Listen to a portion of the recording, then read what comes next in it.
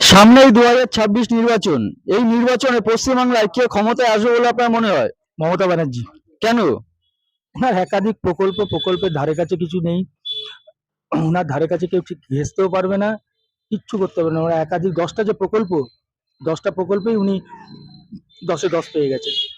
এই প্রকল্পের সুবিধা আপনার পরিবারে কেউ কিছু পায়? আমার পরিবারে আমার ওয়াইফ লক্ষ্মী ভান্ডার পায়, আর কিছু ম- পায় না। মমতা ব্যানার্জি প্রকল্পে আপনারা খুশি?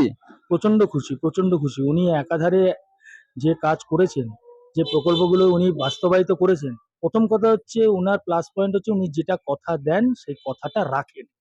এটাই হচ্ছে উনার প্লাস পয়েন্ট। মমতা ব্যানার্জি সরকারের উন্নয়ন হচ্ছে? প্রচন্ড প্রচন্ড। কি টাইপের উন্নয়ন হচ্ছে? রাস্তাঘাট, বিদ্যুৎ, জল, আলো, জন্ম থেকে মৃত্যু অবধি একটা মানুষের যা যা দরকার প্রত্যেকটা জিনিস উনি দিয়েছেন এবং ভবিষ্যতেও দেবেন, এটাই আমরা আশা রাখি।